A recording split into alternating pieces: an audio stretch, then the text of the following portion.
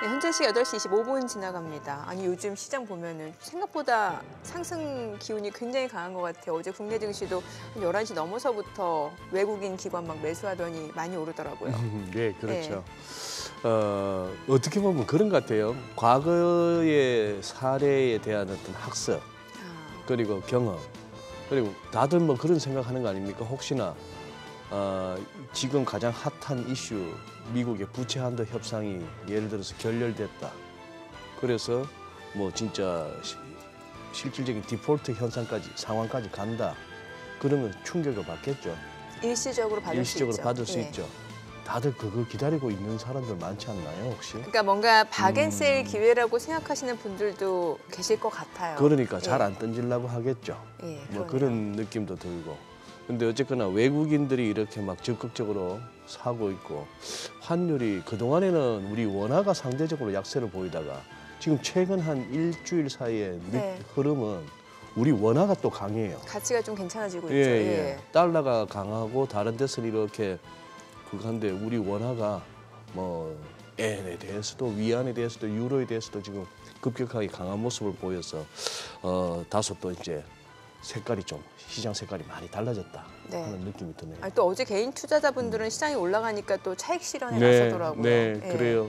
지금 이제 진짜 누가 누구를 갖다가 뭐 만만해 볼 게 아니고 서로 지금 최선을 다하고 있는 것 같습니다. 네. 자, 그럼 오늘 또 크로스 리서치 이재무 대표와 시장 이야기 나눠보겠습니다. 어서 오세요. 네, 어서 오십시오. 네, 뉴욕 증시 좀 상황도 보도록 하죠. 뭐 부채 한도 협상 결국에 결렬이 됐는데 뉴욕 증시 혼조세로 마무리가 됐죠. 네, 맞습니다. 일단 뭐 3대 지수 모두 다 특별한 어떤 방향성은 없었는데요. 그나마 좀 이제 강했던 거는 보니까 이제 나스닥 지수가 3대 지수, 다른 지수로 좀 비교했을 때는 좀 그나마 좀 강했다 이렇게 볼 수 있겠습니다. 시장은 여전히 계속해서 그 부채 한도 협상 이제 어떻게 될 것인가 이런 거 많이 관심을 좀 두고 있는 것으로 보이고요. 제가 보는 관점에서는 개별 이제 기업들 그 뭐 계속되는 이슈나 뭐 이런 것들에 의해서 주가 움직임도 좀 나오고 있고요. 전반적으로 일단 성장적으로 좀 강한 그런 모습들이 나왔다 이렇게 볼 수 있겠습니다.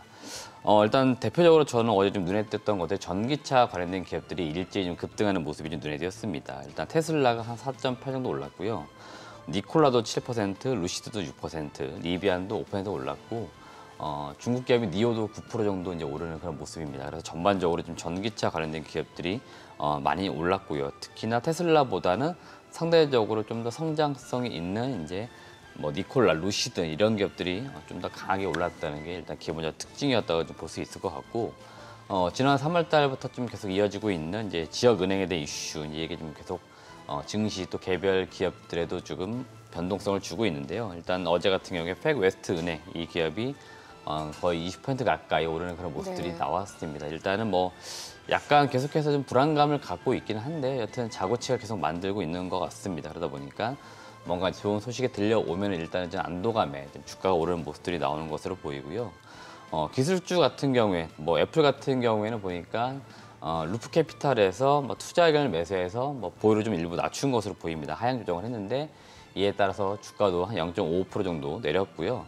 메타 같은 경우에는 좀 악재가 나왔는데 되려 주가도 올랐습니다. 보니까 유럽 쪽에서 뭐 과징금 이슈가 나왔는데요. 주가는 뭐 1% 이상 올랐기 때문에 일단은 뭐 악재에도 불구하고 좀 주가는 나름대로 선방을 했다 이렇게 좀 정리할 수 있을 것 같습니다.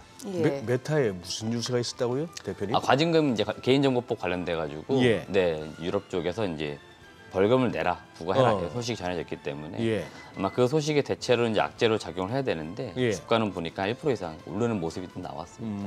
그래요. 아니 테슬라가 오르는 거는 이해가 되는데 뭐 저기 뭡니까 니콜라 같은 이런 것들도 더 오히려 테슬라보다 더 올랐네요. 네, 그렇습니다. 일단은 저도 이유를 찾아봤는데 특별하게 지금 나온 이슈는 없어 보이고요. 대체로 지금 전반적으로 성장적으로 좀 강한 모습이거든요. 제 시장이. 그러다 보니까 증시도 뭐 반등하는 모습이 나오다 보니 대체로 좀 뭐 실적이 좀 나오는 기업들보다 아직까지 실적이 좀 덜 나오고 있는 그런 기업들 주가가 좀 더 이제 강하게 그냥 움직인 것으로 보입니다. 그래서 상승 변동성이 나왔다 이렇게 이제 보시면 좀 될 것 같습니다. 자, 그리고 마이크론 얘기도 좀 해봐야 될 것 같은데 이제 처음으로 중국이 그 미국의 최대 메모리 반도체 업체죠. 마이크론에 대해서 규제를 하기로 했는데 구매 금지죠. 자, 이거는 분명히 우리나라 뭐 SK 하이닉스도 그렇고 삼성전자도 좀 영향이 있을 수밖에 없을 것 같아요. 중국에서 마이크론에서 제조한 반도체는 안 사겠다. 그렇죠. 그 얘기죠. 그러면은 삼성전자 SK 하이닉스한테 뭔가 조금 그 빈자리를 메우기를 요청을 할 수 있는데 삼성전자 SK 하이닉스 입장에서 미국 눈치도 봐야 되고 맞습니다. 뭐 사실 중국 쪽 요청을 안 들어줄 수도 없고. 뭐 예. 요새 또 중국이 뭐 삐졌는지 우리 포털 사이트 다 막았다는 얘기도 들리던데. 네. 참 쉽지 않네요. 일단 뭐 이거 결국 큰 틀에서 미중 간의 계속 갈등이 네네. 뭐 이어지는 가운데 뭐 계속해서 이제 개별 기업들 뭐 반도체 특히나 이제 반도체 섹터 전반적으로 뭔가 좀 이슈가 계속되고 있습니다. 뭐 중국 쪽에서 만약에 뭐 미국산 반도체 그다음에 뭐 작년부터 계속 이야기 나오고 있는데요. 장비도 역시 마찬가지고요. 또 여기에 함께 하겠다고 하는 국가들이나 또 기업들도 뭐 제재를 가하거나 그런 모습도 분명히 나오고는 있습니다. 이게 국내 업체들에게 반사 수혜가 될 수 있다. 충분히 가능성이 있고요. 국내 예를 들어서 작년 같은 경우죠. 22년도에 근데 그 전에 미 백악관에서 우리나라 업체들한테 요청을 했잖아요. 네네네, 중국의 맞습니다. 그런 공백을 우리나라 업체가 메우지 메우지 않기를 그렇죠. 바란다. 예. 네, 그렇죠. 사실은 예. 미국 입장에서는 또 우리나라 반도체 기업들이 그 중국 편에 서지 않기를 또 바라는 그 모습인 거죠. 근데 예. 우리나라 입장에서 사실은 지금 사실은 그 고려 싸움이 진짜 새우등 터진다고 끼어 있는 그런 형국인데요. 그러게요. 예. 사실은 지금까지는 나름대로 제가 볼 때 잘 버텨왔습니다. 왜 그러냐면은 우리나라 삼성전자, 하이닉스 입장에서 사실 지금까지도 가장 큰 시장은 중국 시장입니다. 특히 하이닉스 같은 경우에는 뭐 중국 매출이 굉장히 많아요. 그래서 지금 여기서 수익성이 나오는데 여기를 당장 버릴 수는 없거든요. 그래서 뭐 이런 것들이 공장도 중국에 있잖아요. 그렇죠. 예, 그래서 예. 계속 지금 이걸 뭐 이전해야 된다, 생산해야 된다, 뭐 문제들이 많긴 한데요. 여튼 제가 보는 관점에서는 수익성을 낼 수 있을 때까지 최대한 내는 게 좋겠죠. 시간을 끌든지 해서 그렇게 필요할 것으로 보이고 여튼 우리가 입장을 잘 취해야 되긴 할 것 같고 이거 뭐 제가 사실은 뭐 예측한다 이렇게 해서 사실은 뭐 될 이야기도 아니긴 하지만요. 결국에는 우리나라 기업들이 분명히 방향성을 찾고 있을 것 같습니다. 다만 지금은 이제 시간이 어떻게 보면은 끄는 과정일 것 같고요. 과정에서 몇 가지 이슈도 나오고 있는데 여기에서 또 주가 반응도 나올 수 있겠죠. 뭐 사실은 지난주 금요일 반도체 관련된 기업들 굉장히 강했었는데 예. 제가 볼 때 사실 뭐 이 정도까지가 싶을 정도로 굉장히 많이 올랐거든요. 그러니까 이런 식으로 주가에는 분명히 영향을 미칠 수 있고요. 전반적으로는 이제 메모리 이제 반도체와 관련된 이제 가격 변동에 영향을 줄 것으로 보이고 국내 삼성전자, 하이닉스, 뭐 디램이나 낸드 쪽 관련돼서도 분명히 이런 것들이 주가 그다음에 개별 실적에 영향을 미칠 수 있기 때문에 뭐 일단은 좀 장기적 관점에서 지켜봐야 된다 이렇게 보시면 될 것 같습니다. 네. 지금 대표님 이제 뭐 부채 한도 얘기는 이따가 한번 저 속보 한번 듣고 또 조금 여쭤보고 싶은데 아니 우리 시장이 최근 일주일만 보면은 상당히 좋아요. 맞습니다. 그동안에는 조금 어떻게 보면은 상대적으로 좀 못했다고 할 수 있었고 미국장도 좀 따라가는 분위기였는데 이제 미국장하고 상관없이 어제만 하더라도 그렇잖아요. 주말 미국이 조금 뭐 지지부진했는데도 많이 가고 해서 코스닥이 딱 일주일만 따지니까 4.6% 올랐네요. 코스피가 3.14. 이거 어지간한 지금 세계 증시들보다 다 나은 그런 상황인데 네. 요 배경을 어떻게 보십니까? 우리가 최근 들어서 바짝 힘내는 이유. 글쎄요, 저는 여전히 수급 영향을 보고 있는데 수급. 네. 일단은 사실 코스닥 같은 경우는 코스피가 안 가던 그 시기에도 혼자 엄청 잘 갔었죠. 예, 랠리를 펼쳤거든요. 역시나 이 시장에서 코스닥 시장 내에서는 특히 이제 개인들 수급, 그다음에 특정 어떤 기업들 중심으로 올라가는 현상에서 지수가 굉장히 많이 올라갔었고요. 반대로 이들 종목들이 또 내려오는 과정에서 코스닥만 또 유독 또 내려오는 모습이 분명히 있었고요. 다만 이제 제가 5월달 좀 증시가 분위기는 좀 안 좋을 거로 봤고 5월 말로 가면서 지수는 좀 더 내려올 거로 봤습니다. 개인적으로 2,300대까지 봤는데 되려 지금 제가 생각한 것보다는 그 일주일 사이에 엄청나게 지금 올라가는 모습이 나오고 있고 반등하는 모습이 나와주고 있는데 네. 확실히 지난주 금요일 날 삼성전자, SK 하이닉스 그다음에 반도체 섹터가 올라가면은 지수는 강하게 올라갈 수 있다는 걸 보여준 것 같습니다. 네. 그래서 제가 보는 관점에서는 확실히 외국인들은 반도체 역시나 우리나라 시장을 볼 때는 많이 포커스를 두고 있다. 이걸 좀 느꼈고요. 그리고 반도체에 관련된 삼성전자와 하이닉스, 그다음에 그 밑에 따라 있는 지난주 금요일만 하더라도 소부장 업체들 다 같이 갔거든요. 그러다 보니까 전반적으로 이들 종목들이 지금 시장을 많이 끌어올리는 것 같고요. 그리고 의외로 좀 강한 섹터가 어디냐면은 사실 자동차 쪽인 것 같습니다. 자동차. 현대차, 기아 이쪽도 외국인 수급이 그렇게 뭐 반도체 종목들에 비해서 많이 들어간 건 아닌데요. 그래도 사실은 지금 전반적으로 뭔가 우리나라 1분기 실적만 보더라도 안 좋은 그런 느낌이었는데 자동차 섹터 나름대로 괜찮거든요. 그러다 네. 보니까 이쪽이 좀 나름 버텨주고 있고 좀 지수 어느 정도 이끌고 있는 것 같아요. 제가 볼 때는. 그래서 전반적으로 지금 그 일주 사이에 올라올 때 잘 보시면은 반도체, 자동차 뭐 이런 쪽이 좀 강하지 않나 개인적으로 그렇게 좀 보고 있습니다.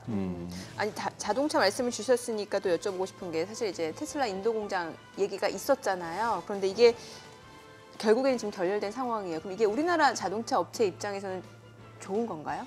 제가 볼 때는 뭐 인도 시장 예. 관련돼서는 상당히 중요한 시장이잖아요. 그래서 저는 사실은 뭐 어쨌거나 테슬라는 제가 볼 때 새로운 그 혁신의 어떻게 보면 아이콘이 될 수 있고요. 새로운 이제 완성차의 브랜드 업체가 된 거고 경쟁자가 등장한 겁니다. 현대차, 기아 입장에서 그다음에 다른 뭐 GM, 포드 마찬가지입니다. 이들 업체들도 글로벌적으로 경쟁할 수밖에 없고요.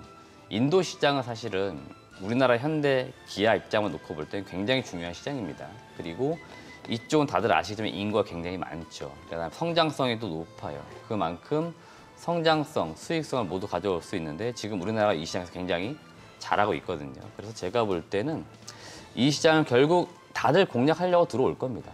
예, 그런 가운데 몇 가지 뭐 이슈가 변경되거나 또 바뀌거나 할 수는 있겠지만 또 지연되거나 하는 이슈도 나올 수 있겠지만 여튼 이 시장에서 경쟁은 될 수밖에 없다. 이건 불가피하다. 그렇게 보시면 될 것 같고 또 현대기아차가 지금 나름대로 인도 시장 잘하고 있기 때문에 저는 이 시장 커지면 커질수록 우리나라 기업들에게 더 유리하다고 보고 있습니다. 우리나라가 사실은 약했던 시장이 어디냐면 선지 시장이었거든요. 특히 미국 시장 이런 쪽에서 약했는데 지금 뭐 다들 아시겠지만 작년 4분기, 올해 1분기 숫자 나오는 건 보셔도 아시겠고 시장 점유율만 보셔도 아실 겁니다. 선지 시장에서 굉장히 잘해주고 있습니다. 지금 어느새 자동차 판매량으로 볼 경우에는 글로벌 3위 수준까지 올라왔습니다. 그러니까 선지 시장에서 지금 나름대로 점유율을 가져가고 있다는 거고요.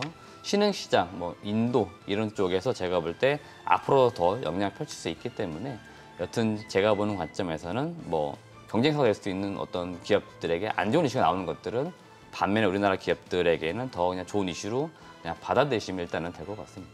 네. 자, 방금 들어온 미국 부채 협상 소식입니다. 우리 시간으로 또 오늘 오전에 시작된 미국의 3차 부채 한도 협상이 합의 없이 종료됐습니다. 네, 취재 기자 연결해서 자세한 소식 들어봅니다. 임종윤 기자. 네, 임종윤 기자. 임 기자 나와 계신가요? 네, 저희 전화 다시 한번 좀 연결해서 또 자세한 부채 협상과 관련된 속보 좀 전해드리도록 하겠습니다. 뭐 결국에 끝내 결렬됐다라는 소식이 전해지고 있는데 사실 이게 뭐 난항을 이어온 상황이고 또 사실 어느 정도 시장에서는 뭐 그래도 결국에는 합의에 이르지 않을까라는 기대감이 있었는데 뭐 결국에는 아직은 네. 또 뭐 결렬된 아까 저기 굿모닝 마켓에서 일정이 어느 정도 소개됐지 않습니까? 예. 하원에서만 통과하는데도 한 4일 걸리고. 또 상원까지 통과를 예, 시켜야 뭐 되면 이래 해서 지금 시간은 바쁜데 정치권에서 지금 세상이 이렇게 평온하고 시장도 이렇게 평온한데 합의가 나오겠습니까? 네, 상식적으로. 그렇죠. 저희 기자 어디가 그거 막 난리가 나야 될 텐데. 연결해서 네. 좀 내용 들어보도록 하겠습니다. 임종윤 기자. 예, 임종윤입니다. 네, 미국의 부채 한도 협상 결과 나왔죠. 예. 3차 협상도 합의가 없이 종료가 됐습니다. 로이터 통신은 조금 전에 조 바이든 대통령과 케빈 메카시 하원 의장 간의 3차 부채 한도 협상이 아무런 합의를 내지 못한 채 끝났다라고 보도를 했습니다. 로이터 통신에 따르면 양측은 미국 정부의 31조 4천억 달러 부채 상한선을 어떻게 인상할 것인지에 대해서 논의했지만 합의를 이루진 못했으며 디폴트 시점인 6월 1일 전까지 계속해서 협상을 진행한다는데 의견을 같이 했다라고 전했습니다. 오늘 협상에서 공화당 측은 연방 예산의 지출 삭감에 동의하도록 백악관을 거듭 압박을 했고 바이든 대통령이 이에 대해서 공화당이 거부하고 있는 부유층에 대한 새로운 세금을 부과하자고 맞선 것으로 전해졌습니다. 메카시 하원 의장은 협상이 끝난 뒤 기자들과 만나서 협상이 합의에 이르지는 못했지만 매우 생산적인 토론을 벌였다라고 평가를 했습니다. 메카시 의장은 우리의 최대 이슈는 예산이 아니라 지출 삭감이라면서 여전히 협상 타결에 대해 낙관하고 있다고 강조했습니다. 메카시 의장은 이어서 국방 예산 삭감 문제는 오늘 협상 테이블에 오르지 않았다고 덧붙였는데요. 바이든 대통령은 협상 시작에 앞서가지 모두 발언에서 여전히 의견 차가 있지만 우리가 가야 할 곳까지 갈 수 있을 것이라고 생각한다며 협상 타결에 대해 조심스럽게 낙관을 했는데요. 메카시 공화당 의장도 결국 우리는 공통점을 찾을 수 있다며 바이든 대통령의 이런 신중한 낙관론에 힘을 실어줬습니다. 다음 4차 협상 시기는 아직까지 확인되지 않고 있습니다. SBS BG 임종윤입니다. 예. 네. 지금 우리 임 기자의 전한 내용으로 볼 것 같으면 아무것도 정해진 거 없네요. 그렇죠. 아직 뭐 4차 협상이 언제 이루어질지도 정해진 사항은 없습니다만 분위기로만 봤을 때는 뭐 그렇게 나쁘지는 않다 정도네요. 예. 그 정도. 예. 예.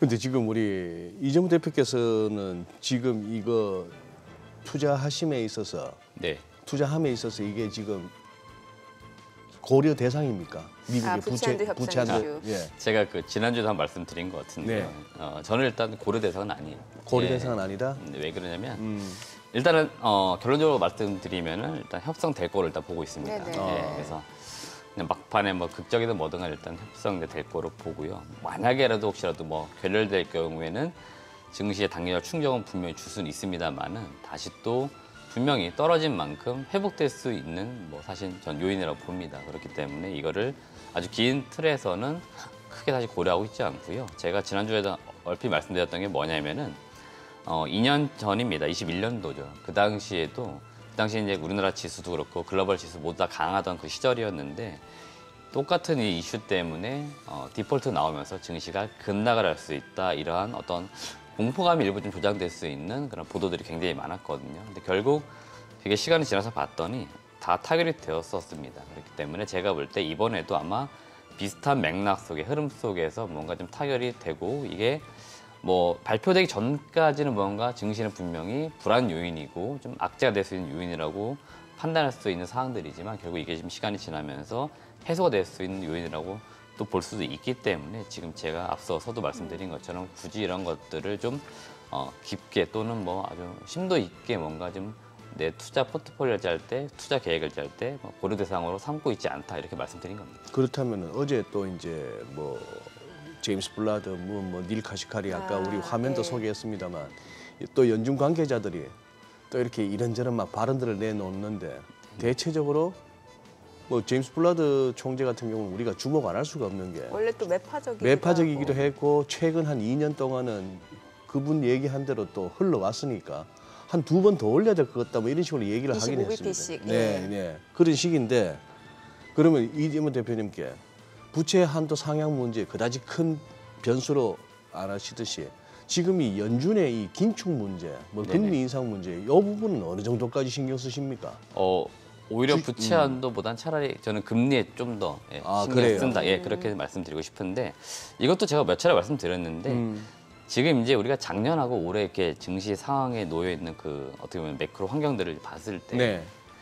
여튼 금리 올리는 속도라든지 그다음에 뭐 우리가 체감하는 그 어떤 부분들 이런 걸 잘 보시면은 그렇게 뭔가 나쁘게만 뭔가 시장이 판단하거나 그런 것 같지는 않아요. 저도 그렇게 느끼고 있고요. 그래서 작년에는 좀 공포스러웠는데. 네, 사실 작년에는 올리지 않고 올린다고 이야기만 해도 사실은 굉장히 많이 떨어졌습니다. 저는 사실 월도 기억을 하는데 작년 6월달, 9월달 계속 급락했습니다. 반등도 없이 꾸준히 급락을 했습니다. 이때 굉장히 많이 또 높이 금리를 올리는 그 시기입니다. 그러다 보니까 지금은 여튼 만약에 올린다 하더라도 이제 올릴 수 있는 그 폭 자체가 많지는 않고요. 그다음에 반대로 계속해서 올린다는 이제 의견도 많지만 내려야 된다는 의견도 굉장히 많은 것으로 보이고 사실 지난주 금요일 저는 그 나왔던 뉴스들 중에 파월 의장의 그 말을 좀 더 심도 있게 좀 듣고 그다음에 기억을 하고 있습니다. 아하. 네네 이제 예. 그 어떻게 보면 이제 기조를 좀 바꿔준 느낌이었어요. 제가 볼 땐 그랬어요. 그래서 이분이 아무래도 그래도 나름대로 제일 영향이 있으니까 또 이분이 지금 하신 그 말씀들을 들어봤을 때는 이제 얼추 금리 인상이 이제 끝난 것은 아닌가 이렇게 보는 거고요. 그래서 저는 개인적으로 6월 달에 열리는 FOMC 회의에서도 동결로 가지 않을까 보고 있습니다. 내신을 보고 있기 때문에 뭐 앞서 부채 한다보다 좀 더 제가 관심을 두고 있지만 금리가 작년보다는 사실은 그 체감하는 부분에 있어서 영향을 미치거나 하는 부분에 있어서는 확실히 떨어지고 있기 때문에 더 이상 악재로 보거나 또 무언가 좀 걱정거리로 우리가 보지는 말자 이런 말씀 꼭 드리고 싶습니다. 그러면 지금 정민 앵커님 네네. 보세요. 방금 화면에. 화면 보셨죠? 예. 제가 어제 말씀드렸지 않습니까? 저 파월 의장 저렇게까지 A4 용지에서 눈 못 떼는 거 참 오랜만이에요. 예. 그런 식이고 넥타이 색깔 보셨죠? 네네. 약간 보랏빛. 네, 보랏빛 저 버간디라고 네네. 하나? 저거 나올 때는 보면은 딱 그거예요. 저는 지금까지는 개인적으로는 그렇게 파악하고 있습니다. 파월 의장 저런 태도를 보일 때는 이거 꼭 내 마음이라고 보지 마. 나 지금 꼭 이래야 되는 상황이야. 뭐 이런 경우가 많았어요. 예, 그러니까 네. 내 속내는 다르지만 이래야만 하는 것 같아. 뭐 네. 이런 거. 저 코로나 때 저 색깔 많이 메고 왔어요. 아, 코로나 때 저 색깔 많이 메고 오면 그러면은 쉽게 설명을 해주세요. 그러니까 어떤 의미라는 거예요, 결국에는? 장 빠지지 마라. 아, 시장 하단을 조금 지지해주는 시장 증시 같은 자산 시장 우리 보고 놀래서 겁먹고 빠지지 마라. 이 사인으로 저는 읽고 있습니다.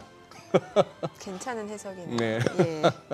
자, 그러면은 이재무 대표님도 뭐 결국에는 뭐 부채한도 협상 이슈도 그렇고 지금 이제 연준의 금리와 관련된 이슈도 그렇고 시장에 큰 영향을 주는 내용은 아닐 것이다. 그러면 결국에는 시장이 조금씩 우상향 추세를 이어갈 수도 있는 환경이라고 보시는 거네요. 네, 저는 일단 연간으로 이렇게 봤을 때 예. 일단 연초보단 연말로 갔을 때 좀 더 증시가 좀 높게 있을 거다라고 봤던 거고요. 네. 제가 사실은 뭐 1월 달부터 지금 5월 이제 중순 넘어가는 과정에서는 생각보다 증시 특히 뭐 지수 그렇고 반등이 너무 좀 빠르게 왔었기 때문에 일부 좀 쉬어가는 그 구간이 분명히 올 건데 사실 그 구간을 저는 개인적으로 이제 5월 달을 봤던 겁니다. 5월 달에 1분기 실적이 이제 마무리가 되면서 뭐 개별 기업들 이익 어떤 추정치나 이런 것도 변경도 있을 거고 그래서 좀 약간의 쉬어가는 그 시기가 5월 달로 봤던 거고 결국 상반기보다 하반기로 갈수록 좀 더 이제 좋아지는 시장의 어떤 분위기 그러니까 예를 들어서 뭐 금리 인하를 진짜 할지 또 동결이 진짜 돼서 가는지는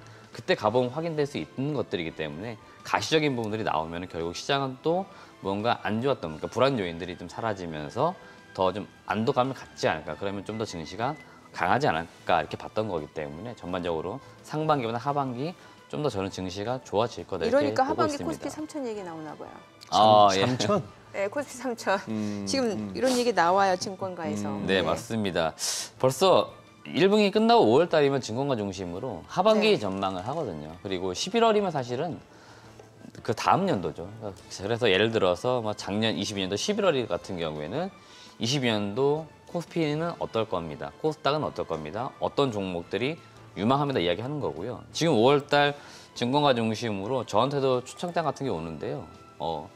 그 코퍼레이트에 참석하라는 거죠. 뭐 있으니까 행사 있으니까 오라는 겁니다. 여기서 뭘 얘기하는 거냐면 결국 하반기 전망은 또 어떻게 바뀔 거고 뭐 주요 매크로 뭐 지표들 전망 이런 것도 많이 이야기해주고 각 섹터별 전망 또 이야기 많이 해주고 유망주는 또 어떤 게 있습니다 이런 얘기를 많이 합니다. 지금 이런 가운데 뭐 증권가 중심으로 하반기 전망들이 나오는데요. 보니까 DB금융투자에서 코스피 지수 상단을 한 3천까지 본다 이렇게 이야기하는 것으로 보입니다. 그래서 제가 이게 또 과연 맞는 말일까도 한번 의심을 해봤는데 제가 또 곰곰이도 찾아봤습니다. 이분이 그 작년 연말에 전망했던 건 또 어떻게 됐나 봤는데 너무 낮게 전망하지 않았어요. 그나마 우리나라 증권사에선 대체로 코스피 올해 뭐 상단이 2,600, 2,700일 것이다. 약간 보수적으로 봤는데 나름 이분은 그래도 좀 더 공격적으로 보셨던 것 같아요. 2,900선까지도 제시를 했던 것 같습니다. 그러니까 사실 이분 입장에서 지수를 볼 때는 100포인트 정도로 이제 올린 거예요. 그만큼 이분 생각을 또 비춰봤을 때는 결국 역시나 상반기보다는 하반기로 갈수록 더 좋아질 것이다. 그리고 제가 앞서 말씀드린 것처럼 지금까지 증시를 짓눌러 왔었던 뭐 미국의 뭐 금리라든지 또는 뭐 소비 위축 이런 것도 좀 더 해소는 분명히 될 거다. 이렇게 이야기를 하는 거죠. 그러니까 우리가 단지 이 숫자 어떻게 보면 코스피 상단 밴드 이건 보는 게 아니고요. 이렇게 보는 그 전제 조건이 과연 무엇이냐 이걸 먼저 봐야 되는 건데 이 전제 조건이 맞을 경우에 이렇게 간다 이렇게 이야기하는 거니까 이 전제 조건이 맞아 떨어지는지를 우리가 또 봐야 될 것 같습니다. 진짜 네. 이거 투자도 타이밍이고 뭐든지 타이밍인 게 한 열흘 전, 2주 전 그때 이런저런 무슨 뭐 시장 전망 세미나 내지는 무슨 머니쇼 비슷한 이런 행사에 별로 흥행이 안 됐어요. 근데 제 생각에 지금쯤 하면은 또 그렇죠. 모이실 것 같아요. 맞아요. 타이밍이 타이밍이. 중요하죠. 예. 참 이 타이밍에 저희 또 호가 봐야 될 것 같아요. 지금 타이밍. 네. 자, 오늘 양시장 예상 체결 지수부터 좀 보도록 하겠습니다. 자, 먼저 코스피입니다. 오늘 0.3%도 상승이 예상됩니다. 뭐 최근에 계속해서 꾸준하게 상승을 하면서 시장 하단을 높여온 코스피입니다. 오늘 2,566포인트 예상 체결 지수 집계가 되고 있고요. 코스닥도 0.3% 상승 예상됩니다. 예상 체결 지수 854포인트입니다. 시가총액 상위 종목 예상 체결가 보도록 하겠습니다. 먼저 삼성전자입니다. 오늘 0.2% 상승 예상됩니다. 지금 호가에서 68,700원 집계되고 있고요. SK 하이닉스 0.9% 상승 예상됩니다. 예상 체결가 99,200원이죠. LG 에너지솔루션이 2% 강세가 예상됩니다. 지금 호가에서 57만 2천원이고요. 삼성 바이오로직스는 보합 출발 예상됩니다. LG화학이 강보합권 예상되고요. 삼성 SDI가 0.57% 상승 예상됩니다. 예상 체결가 70만 4천원. 삼성전자 우선주도 상승 출발 예상되고요. 현대차 0.7% 오름세가 예상됩니다. 현재 예상 체결가 20만 9천원. 기아도 상승이 예상되죠. 예상 체결가 8만 9,600원입니다. 네이버가 소폭 떨어질 걸로 보입니다. 지금 호가에서는 21만 4,500원으로 집계가 되고 있습니다. 코스닥 시가총액 상위 종목 예상 체결가도 보도록 하겠습니다. 코스닥 쪽에서는 에코프로비엠이 지금 1% 상승이 예상됩니다. 에코프로비엠 사실 어제 오후장에서 또 강하게 반등을 나타내면서 4% 상승으로 마무리가 됐는데 오늘 추가적으로 또 상승이 예상됩니다. 최근에 2차 전지 소재 쪽으로는 다시 한번 외국인들의 매수세가 좀 유입되고 있는 모습이고요. 오늘장에서도 외국인들의 이런 매매 포지션은 좀 눈여겨보셔야 될 것 같습니다. 호가에서 23만 9,500원 집계가 되고 있고요. 에코프로는 강보합권 예상됩니다. 예상 체결가 56만 8천원이죠. 셀트리온 헬스케어가 소폭 상승 예상되고요. LNF 2% 상승 예상됩니다. 예상 체결가 25만 6,500원. HLB가 0.6% 하락 예상되고요. 셀트리온제약 보합 출발 예상됩니다. 예상 체결가 8만 8천원. JYP 엔터테인먼트가 1% 상승 예상됩니다. 지금 호가에서 11만 5,500원이고요. 카카오게임즈, 펄어비스, 오스템 임플란트 모두 보합권 예상되고 있는 상황입니다. 오늘 코스닥 쪽에서는 2차 전지 소재 쪽 흐름 조금 더 눈여겨보셔야 될 것 같습니다. 자, 이제 개장까지 이제 7분여가량 남았습니다. 좀 시장 이야기 이어가 보도록 하죠. 오늘도 일단은 뭐 시장이 상승 출발 좀 예상이 되고 있는 상황인데 어제장 리뷰하는 측면에서 좀 뭐 주목해 볼 만한 섹터라든지 좀 관심이 가는 종목이 있었을까요? 일단 확실히 어제 좀 가장 눈에 띄었던 거 어디냐면 조선주예요. 조선주. 맞아요. 예. 조선주가 개별 기업으로 보시면 대우조선해양이 어제 11% 이상 올랐습니다. 그다음에 현대미포도 9% 올랐고 한국조선해양이 6% 올랐는데 통상 조선주들이 많이 오른다고 하면은 제가 이렇게 체감하기로는 하루에 한 5% 정도 오르면 그러니까 저는 대우조선해양이 이렇게 두 네네. 자릿수 상승률을 보여준 게 참 네, 맞습니다. 언제였나 싶을 정도. 그러니까 굉장히 어제 의아할 정도로 조선주가 강했는데요. 일단은 증권가 제가 이제 본 게 맞으면 한 3군데 정도에서 인덱스 보고서 나왔어요. 예. 그러니까 좀 깊은 내용을 담은 조선주에 대한 업황 보고서 나온 건데 일단은 뭐 세 분 의견은 얼추 다 이제 비슷합니다. 지금 조선주가 뭐 다들 아시죠? 올해는 일단 그 실적 기대감 분명히 있고 1분기 단에서 그 실적을 확인해 봤을 때 거의 다 플러스입니다. 그렇기 때문에 지금 연초 또는 작년 연말 전망했던 올해 실적 회복이 지금 숫자로 분명히 보여주고 있는 상태이고요. 이게 지금 가면 갈수록 더 좋아질 거라고 지금 이야기를 하는 겁니다. 그렇기 때문에 소위 말하면 이제 저가 수주가 아니고 이제 소위 말하면 좀 더 이제 높은 가격을 받을 수 있는, 그러니까 이익 마진을 많이 남길 수 있는 고가의 선박 수주. 이제 우리가 선별적으로 지금 수주할 수 있는 능력치까지 지금 갖고 있는 그런 시점이라고 하는 겁니다. 이미 이 조선주들이 다들 아시겠지만 지난 2년 동안 엄청난 수주를 받아놨습니다. 사실 이들이 목표했던 걸 초과 달성할 정도 수주를 받았기 때문에 지금 일감은 사실은 넘치는 상황입니다. 그러니까 올해는 사실은 그래서 수주가 좀 약간 슬로해질 것이다. 그래서 약간은 지난 2년보다는 좀 떨어질 거다 이렇게 했는데 1월, 2월, 3월 달까지는 또 얼추 또 비슷했어요. 근데 4월 달 예상보다 좀 잘 나오고 있습니다. 수주가. 그래서 수주도 지금 보면은 나쁘지 않은 거죠. 결국 조선주가 수주가 먼저냐, 실적이 먼저 냈을 땐 제가 볼 땐 수주가 먼저인데 일단 올해는 지금 실적이 잘 나온 상황에서 수주가 또 4월 달에 갑자기 잘 나온 상황들이고 앞서 말씀드린 것처럼 수주 받는데 저가 수주가 아닙니다. 다 이제 고가 수주 받을 수 있는 능력치들 그런 상황들이기 때문에 지금 조선주 업황 자체가 굉장히 좋게 지금 시각적으로 지금 의견들이 나오고 있습니다. 그러다 보니까 조선주가 어제 상당히 강했었다라고 좀 보시면 될 것 같고 탑픽으로 꼽는 기업들 보니까 어제 종목들이 약간 좀 갈리긴 했어요. 보니까 뭐 한국조선해양을 꼽는 어떤 애널도 있었고요. 그다음에 현대중공을 꼽는 애널도 있었고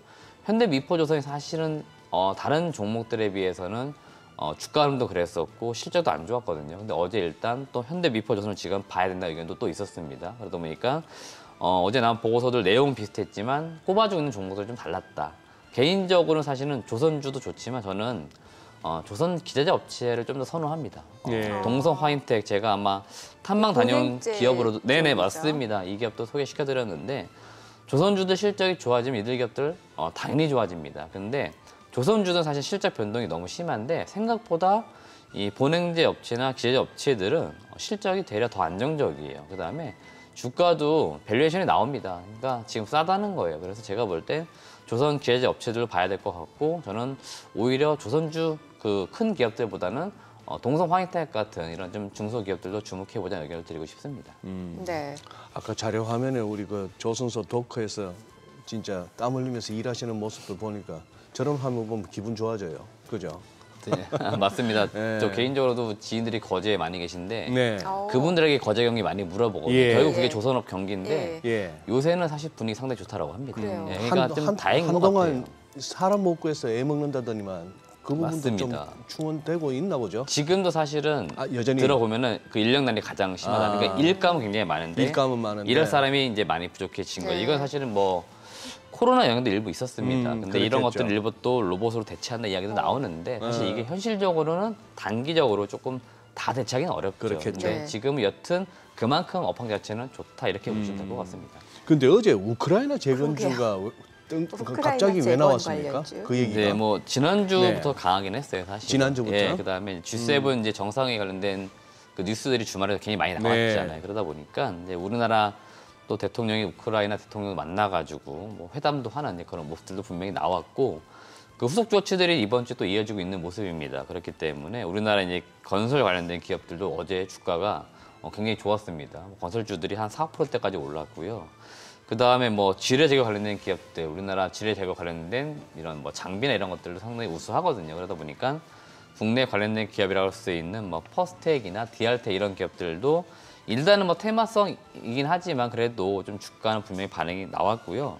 건설 기계 관련된 기업들도 어제 좀 주가가 강했습니다. 중소형 건설주도 좋았어요. 사실 지난주에도 주가는 강했는데 제가 볼 때는 주말 지나고 어제 유독 더 강했습니다. 그러니까 무언가 가시적으로 성과가 나오고 있다 이렇게 시장이 판단하는 것 같아요. 그러다 보니까 이제는 뭔가 여기에서도 숫자상 나올 수 있는 부분이 있겠다 이렇게 시장은 좀 보는 것 같습니다. 그러다 보니까 건설기에 관련된 기업들이 좀 많이 올랐고요. 아직까지 주가가 좀 강했던 기업들은 잘 보시면은 현대 에버다임 같은 이제 숫자보다는 좀 더 테마에 좀 더 국한되어 있는 그런 기업들 주가가 강하긴 했는데 대체로 해인이라든지 그다음에 대기업군에서 현대건설기계 이런 기업들 사실은 주가가 나쁘지는 않았습니다. 그래서 제가 볼 때는 지금 건설기에 관련된 기업들 볼 필요는 있겠다 말씀드리겠고 개인적으로는 지금 진성 TEC라고 하는 기업을 유독 관심을 네. 좀 두고 있는데 이거 중장비 업체 쪽. 네 맞습니다. 사실 정확하게 그 캐터필러라고 하는 이제 고객사를 두고 있고 국내 현대건설기계나 두산 인프라코어 이런 쪽에도 고객사를 두고 있습니다. 대체로 그 하부 이제 궤도라고 하죠. 이 아래쪽에서 그 동그랗게 돌아가는 롤러 형태의 제품을 만드는 업체라고 하는데요. 이 기업이 이익이 장난 아닙니다. 지금 영업이익이 뭐 600억대씩 나오고 있는데 시총이 그렇게 높지가 않습니다. 그러니까 밸류에이션 매력이 충분히 있고요. 건설 이제 관련돼서 기자들이 들어간다 그럴 경우에 우리나라 장비들 들어가겠지만 제가 볼 땐 미국 장비가 제일 많이 들어갈 것 같아요. 그러면 캐터필러가 미국 기업이고 글로벌 1위 기업이니까 뭐 세계 최대죠. 네네 가장 많이 들어갈 거거든요. 그러면은 그 밑에 단의 부품을 공급할 수 있는 진성 TEC가 제가 볼 땐 많이 수혜를 볼 수 있을 가능성이 있어요. 그러니까 주가도 지금 많이 안 올랐고 수익성도 지금 높기 때문에 그런 차원에서 진성 TEC라고 하는 기업도 좀 눈여겨보자는 말씀을 드리고 싶습니다. 또 테마주긴 합니다만 뭐 지금 미국에서 광우병이고 국내에서는 구제역이 발생하니까 뭐 육계 관련주들이 또 올라가네요. 맞습니다. 이게 뭐 지난주부터 꾸준히 지금 보니까 시장이 잠잠한 가운데 움직임이 나오고 있습니다. 대체식품, 뭐 어제 같은 경우에 네. 푸드나 뭐 이런 기업들이 좀 강하게 올랐는데요. 뭐 여튼 사실 실질적인 이익이 되거나 그러진 않는 것 같아요. 늘 보면은 지나고 보면은 숫자로 찍히는 건 사실은 네. 없어요. 근데 그때그때마다 트레이딩로서만 움직였다고 보시면 될 것 같습니다. 네, 알겠습니다. 자, 오늘 국내 증시 흐름 확인해 보도록 하겠습니다. 국내 증시 개장합니다.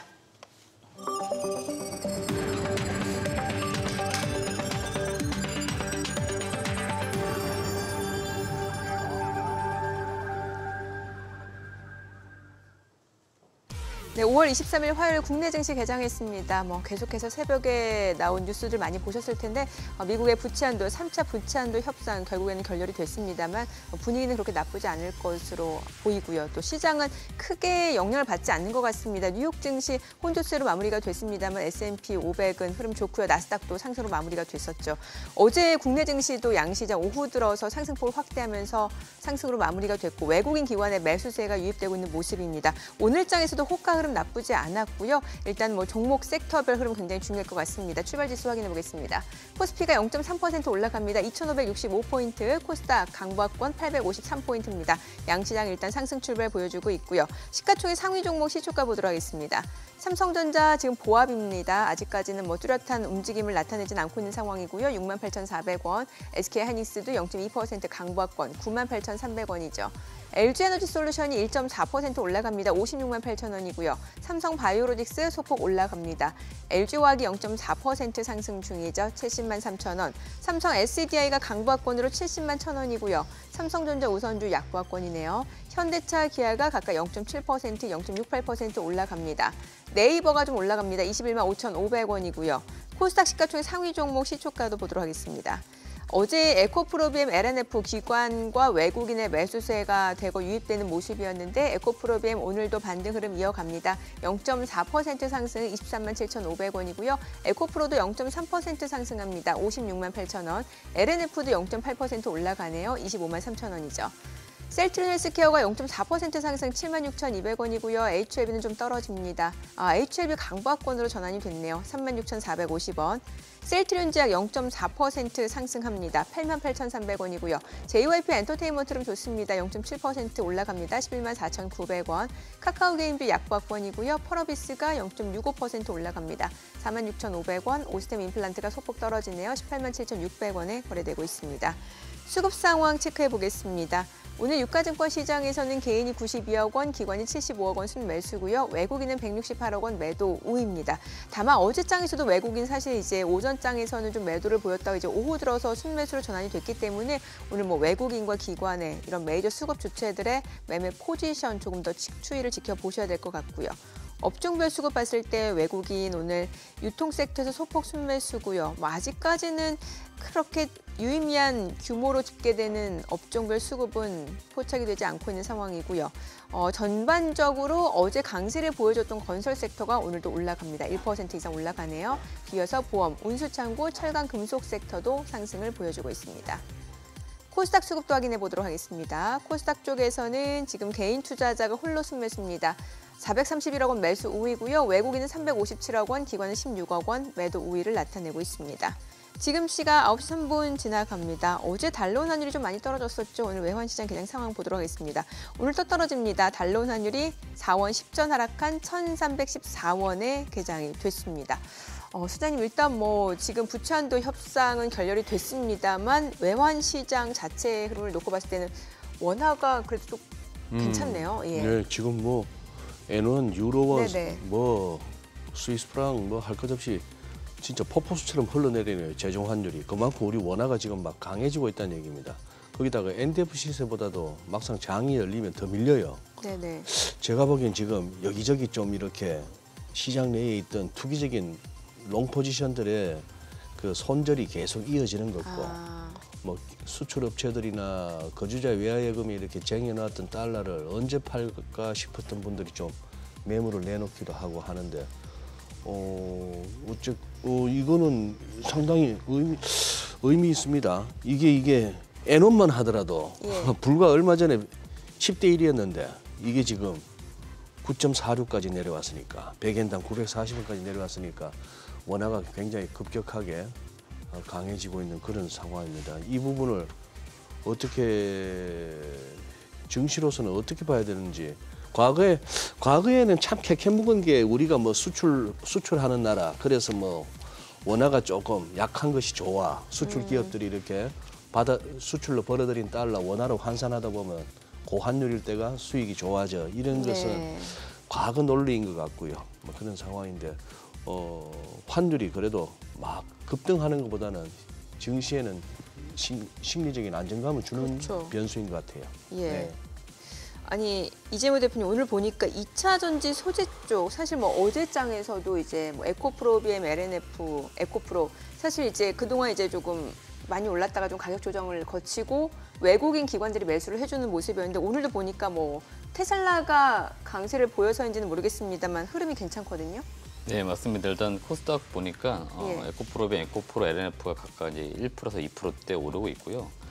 그 밑에 단에 있는 뭐 첨보라고 하는 이제 뭐 전액 관련된 이런 기업들 좀 보니까 한 1%대 오르는 모습인 것 같고, 그리고 뭐 2차전지 장비도 지금 주가 흐름들이 나쁘지 않습니다. 네. 원이피엔이 에이프로, 코인테크 이런 기업들 대부분 다 지금 그러네요. 올라가는 모습입니다. 그다음에 분리막 쪽 SK 예. 아이테크놀로지도 한 2.4 오르고 있고 전반적으로 지금 2차 전지 소재 장비 다 지금 이제 강한 그런 모습입니다. 뭐 페라이트 관련주, 히토류 관련주 다 올라가네요. 네, 맞습니다. 일단 뭐 페라이트는 뭐 그 미중 뭐 무역 분쟁 이슈만 나오기만 하면 사실 계속해서 뭐 히토류 대신 페라이트를 대체한다. 또 그 이야기 좀 나오고 있고, 또 지난번에 사실 테슬라에서 이야기한 거 아니에요. 예, 사실은 예. 테슬라를 이제 바라봤던 해외 외신에서 사실은 이제 이렇게 하지 않겠어라고 이야기했던 건데요.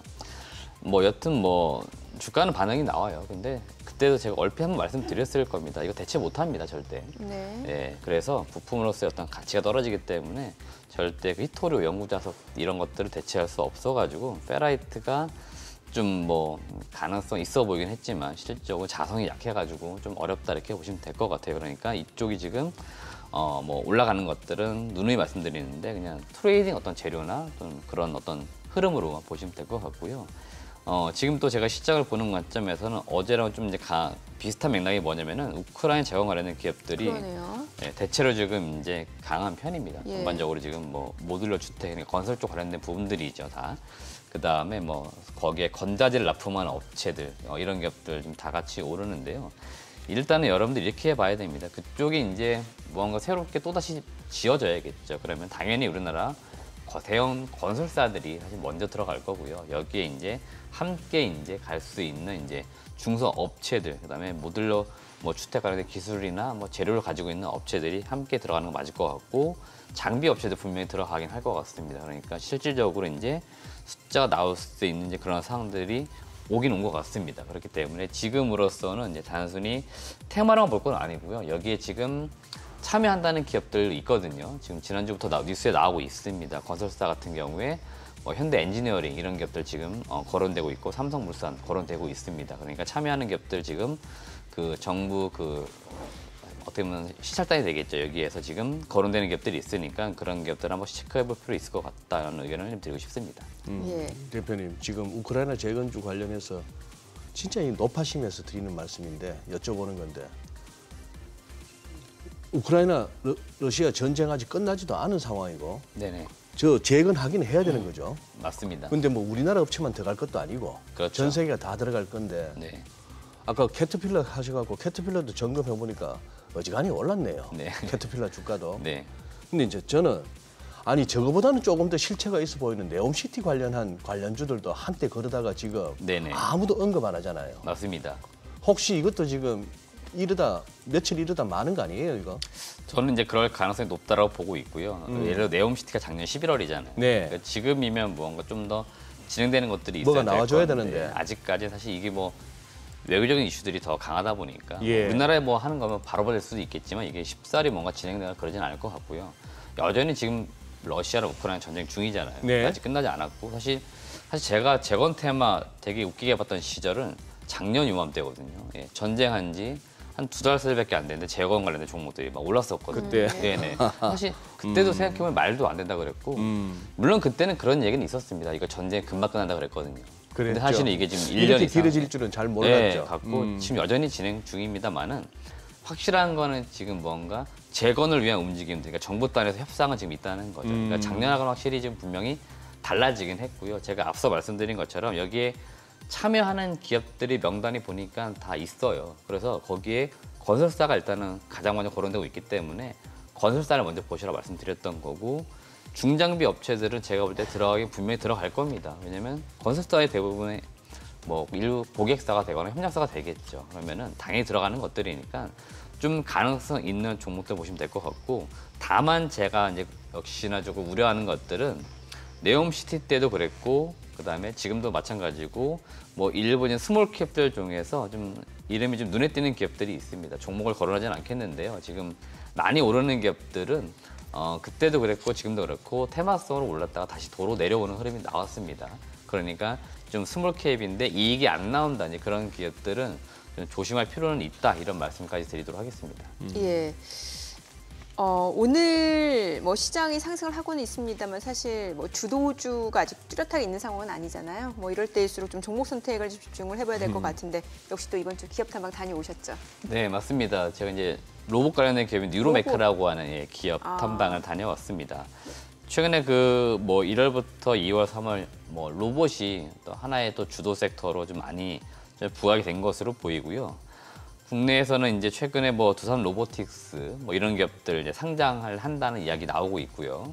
연초에 삼성전자가 레인보우 로보틱스 이런 기업들 투자를 하면서 협동 로봇이라고 하는 단어가 이제 많이 등장을 했습니다. 그래서 뉴로메카도 일단은 그 협동 로봇과 관련된 사업을 영위하는 기업이다라고 보시면 되겠고 회사에서 이야기하기로는 사실은 단순 로봇 제조가 아니고 우리가 공정 자동화 솔루션을 이제 공급하는 업체다. 앞으로 이렇게 키울 거다라는 이야기를 하고 있기 때문에 대표님요, 협동 로봇 예를 하나만 좀 들어주시죠. 네네, 아주 간단하게는 우리가 일상적으로 많이 마시는 테이크아웃 커피 같은 거 있지 않습니까? 이렇게 네. 반복적으로 무언가 해야 되는 것들인 거죠. 서빙 반복적인데 로봇도 협동 로봇. 아닙니다. 그건 약간 개념이 다릅니다. 달라요? 그러니까 협동 로봇이 뭐냐면 말 그대로 사람과 로봇이 함께 이렇게 일을 좀 조화를 이루어서 한다. 그렇게 보시면 됩니다. 사실 예. 이게 좀 더 크게는 산업용 로봇이 되겠는데 예. 이게 좀 큰 로봇은 사람의 안전이 확보가 되어 있지 않아요. 혹시라도 로봇이 잘못 움직이다가 사람을 뭐 치거나 그럴 수 그럴 있기 수도 때문에 있겠네요. 예. 좀 안전 그 요인들이 있잖아요. 네. 근데 이 협동 로봇은 좀 약간 협성 공간, 아까 말씀드린 것처럼 뭐 커피를 내려야 되는데 예. 로봇이 커피를 내리는 거죠. 포장은 사람이 하는 겁니다. 이러면은 이게 바로 협동 로봇이 되는 겁니다. 그래서 그런 우리가 거. 네. 일상적으로 봤을 때는 로봇 팔 형태로 움직이는 것들 이런 것들 바로 뭔가 크게 움직임은 없네요. 동선. 네네 그렇습니다. 네. 그래서 단순 반복하는 것들 대표적으로 뭐 튀김을 좀 뭐 치킨을 튀고. 튀긴다든지 예, 이런 것들이 다 협동 로봇이라고 협동 보시면 될 것 로봇이다. 같고 동사 같은 경우에도 이 사업을 위해서 2013년 설립된 기업이고 상장한 지 사실 얼마 안 됐습니다. 2022년도에 상장을 했는데요. 이 기업이 역시나 주목받고 있는 것들은 협동 로봇 시장이 굉장히 빠르게 커지고 있는 것들이고요. 그럼 왜 커지고 있느냐면은 우리가 이 코로나를 겪으면서 노동력이 좀 부족하다는 현상을 지금 느끼고 있죠. 최근에. 앞서 제가 조선업체도 말씀드렸지만 어딘가는 분명히 노동력이 부족하고요. 임금이 또 많이 올랐습니다. 그러니까 사업주 입장에서는 무언가 사람 한 명을 고용하긴 해야 되는데 임금에 대한 부담감을 분명히 가지고 있습니다. 그러니까 아르바이트생을 한 명 채용하거나 정규직을 채용하게 되면은 그만큼 비용이 늘어나다 보니까 사업주 입장에서 가져갈 수 있는 이익의 폭이 줄어드는 거죠. 이런 것들을 지금 로봇으로 대체하려고 하는 움직임들이 분명히 나오고 있습니다. 그렇다 보니까 이 협동 로봇 지금 시장이 굉장히 빠르게 커지고 있고 이에 따른 수요가 지금 증가하다 보니까 동사가 수혜를 보고 있고요. 동사 같은 경우도 이미 익히 우리가 알고 있는 뭐 교촌치킨이나 고피자 이런 프랜차이즈점을 고객사로 확보를 하고 있고요. 향후에는 사실 이 기업의 타겟으로 하는 건 어디냐면은 대기업군이 아닌 중소제조 기업들입니다. 아직도 중소제조 기업들은 인력난에 허덕이고 있어요. 그래서 여기에 공정 자동화 솔루션을 공급해야 된다 이런 사명감을 지금 가지고 있습니다. 그래서 열심히 지금 부단히 움직이고 있는 것들은 바로 이쪽으로 무언가 공급하기 위해서 지금 하고 있고요. 자영업자분들은 사실은 이 로봇을 도입했을 때 쉽사리 이익을 낸다는 보장은 없습니다만은 제조 쪽은 좀 달라요. 제조는 지금 무언가 만들어내면 팔 수 있는 역량이 있기 때문에 수익성을 가져올 수 있는 겁니다. 그러면은 로봇도 쉽사리 도입을 할 수 있다는 겁니다. 그러니까 단가 공급만 잘 맞으면은 협동 로봇을 도입해가지고 공정 라인에 이 로봇을 도입해가지고 제품을 많이 만들어서 대량 생산할 수 있다는 걸 의미하기 때문에 결국 이익을 가져올 수 있는 쪽에 포커싱을 두고 영업을 하겠다 이렇게 이야기하고 있고요. 세 번째로 좀 봐야 될 것들은 결국 국내 시장에 국한되는 게 아니고 미국 시장까지도 진출하겠다고 이야기를 하고 있습니다. 22년도에 지사 설립을 했었고 올해 지금 5월 달쯤 해서 법인 설립을 했습니다. 그동안에 시장 조사를 좀 했다라고 합니다. 그리고 이제 뭔가 조사가 끝나가지고 법인 설립을 했고 향후에 이 법인을 통해서 미국 시장을 공략하기 위해서 영업 활동을 하겠다 이렇게 지금 이야기를 하고 있습니다. 그렇기 때문에 뉴로메카라고 하는 협동 로봇 관련된 기업들 다 봐야 될 것으로 보이고 최근에 워낙에 로봇 관련된 기업들 몸값이 많이 높아졌습니다. 근데 뉴로메카가 지금 상대적으로 주가가 싼 편이에요. 워낙에 다른 섹터들에 비하면 종목들이 많이 올라서 그렇지만 관련된 섹터 동종 내에서는 로봇 관련된 기업들 중에 뉴로메카가 싸니까 한 번씩 볼 필요는 있겠다는 말씀드립니다. 시총이 네. 어느 정도 되나요 지금? 지금 대략 3천억대인데요. 3천억대? 사실 레인보우 로보틱스와 많이 비교가 되는데 네. 시총이 거의 지금 뭐 5배, 6배 차이 나는데 매출액 차이는 없습니다. 올해 그 추정치로 보면은. 그러니까